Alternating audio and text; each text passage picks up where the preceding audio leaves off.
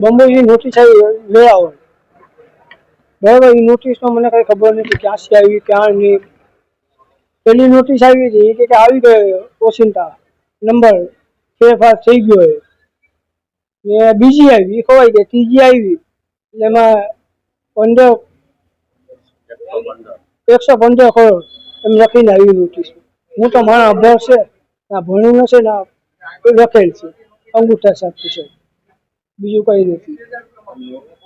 Notice આવી છે તમને કઈ ગયા હતા? નહીં ક્યાંય નથી ગયો સાહેબ। હું એટલા વર્ષ આ નોકરી કરું ક્યાંય ગયો જ નથી। કેટલા વર્ષથી તમે નોકરી કરો? 25 વર્ષથી હોટલ શિવ પાર્કમાં। શું કામ શું કરો? ચા બનાવવાનું રોજનો। બરાબર, તો તમે આ નોટિસ કોણે મોકલી?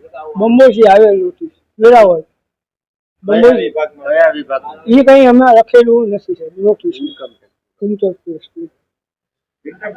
હા તમારા કુટુંબના હોય કોઈ સંબંધી સગા ઈ ના કોઈ ઈ ના કરી કે સાહેબ કોઈ પૈસા તમારા ખાતામાં ભર્યા હોય એવું? નહીં તમારા ખાતામાં પૈસા કેટલા છે અત્યારે? મારા ખાતામાં 475 હતા હમણાં 6 રૂપિયા છે ખાતામાં। હવારે હું ગયો તો બધી 110 સુધી। નોટિસ આવી સંદર્ભે તમે કોઈને જાણ કરી? હા જાણ કરી હતી પેલે વકીલને તો એને કીધું હતું કે એ તો આવે નામમાં ભૂલચૂક થઈ ગઈ તો મેં જાતી કરી છે બીજી એવી ખોવાઈ ગઈ છે ને અહીંયા તો બધીમાં જાણ કરી પોલીસ સ્ટેશનમાં અરજી આપી દીધી પછી એક વકીલ લાગ્યો એ લોકો કે વાંધો જાણ કરી દીધી સાહેબને પોલીસ સ્ટેશનમાં અરજી આપી દીધી તો હવે કઈ કે આવે તો પૂછતાછ કરવા આવી બીજું કઈ નથી તમારા પાસે છે હું ઇન્કમ ટેક્સ ઓફિસે જાણ કરી? નહીં આજે ગયા હતા પણ હાથમાં ગોઈથી આમ ને ભેગી મોડું થઈ ગયું જે હોય આવ્યું પાછું।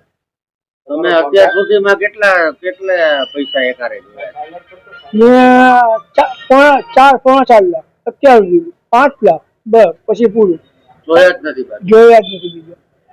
તમારો પગાર શું છે? 10,000 રોજ મળે ને મહિને? આવડી મોટા રકમની નોટિસ આવી તમારા પરિવારમાં તમારી પર શું વીતી? એ બધી ગભરાઈ ગયા કે એટલી નોટિસ આવી ક્યાં છે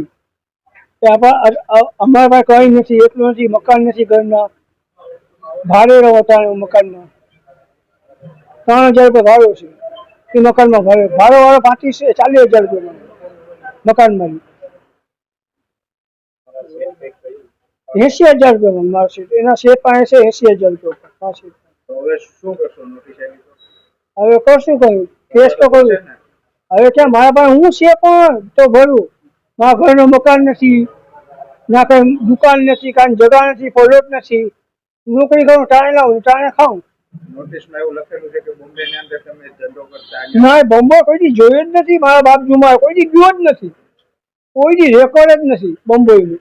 કોઈને તમે તમારા ડોક્યુમેન્ટ નહીં કોઈને આપ્યા નથી છે નહીં કોઈને પણ આ દગો કરેલો સાહેબ મારામાંથી।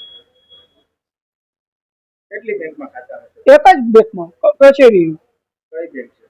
ઓલી એસબીઆઈ બોલતા પણ છે। હા એ વેરાવળની નોટિસ આવી ઇન્કમ ટેક્સની 115 કરોડ 9 લાખની બરાબર। આ ત્રીજી નોટ આવી એટલે મને વાત કરી એટલે અમે મારા સામે ઓલું કરે ને એને બતાવી કે પોલીસ કેસ કરી દે પોલીસ કેસ કર્યો બરાબર। હા પોલીસ કેસ કર્યો એટલે પછી પત્રકાર બધાને જાણ કરી બરાબર અને મારીના આજ 25 વર્ષથી નોકરી કરે છે। કેશુભાઈ તમારી આ 25 વર્ષથી નોકરી કરે છે એની આર્થિક સગવડ તમે શું માનો? એની પેલી ભાઈ છે મારી પાસેથી 20,000 રૂપિયા લઈ ગયો લગ્ન થયા ત્યારે બરાબર છે। એને એક દીકરો છે બરાબર એ ઓફ થઈ ગઈ ઓફ થઈ ત્યારે 5,000 રૂપિયા ઉપાડ કરી ગયો તમારી પાસેથી બીમારી પરિસ્થિતિ એ બિચારી ઓફ થઈ ગઈ પછી એના મકાનમાં ભાડા એ મકાનમાં ભાડેથી જ લે છે એ નાનપણથી સમજી ગયા નાનપણથી રહે અને અટાણા સુધીમાં મારી પાસેથી 80,000 રૂપિયા ઉપાડ લઈ ગયો પાછા લગ્ન કરાવી બરાબર છે। એની દીકરો છે આગલા ઘરના દીકરો છે એની કોઈ પરિસ્થિતિ નથી અને મકાન ભાડે વાળાના આજ 2 વર્ષના મારે સંબંધીને લીધે 2 વર્ષના ભાડા ચડી ગયા। હમણાં મકાન ભાડા વાળા ખાલી કરતા હતા એને 10,000 રૂપિયા છોકરાને ખાતામાંથી ઉપાડી 10,000 રૂપિયા 32,000 રૂપિયા ભાડા મકાન વાળો ભાગે છે હું 80,000 રૂપિયા માંગુ છું બરાબર છે।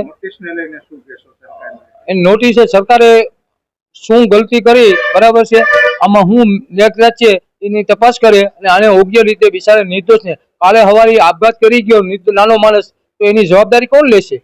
સમજી ગયા? આવો માણસ એના પરિવારના ને કોઈને ઓળખો છો? એમાં કોઈ પૈસા ખૂબ પૈસા વાળા હોય એવું કઈ? એવો કોઈ પરિચય કોઈ કુટુંબમાં કોઈ પૈસા વાળો જ નથી.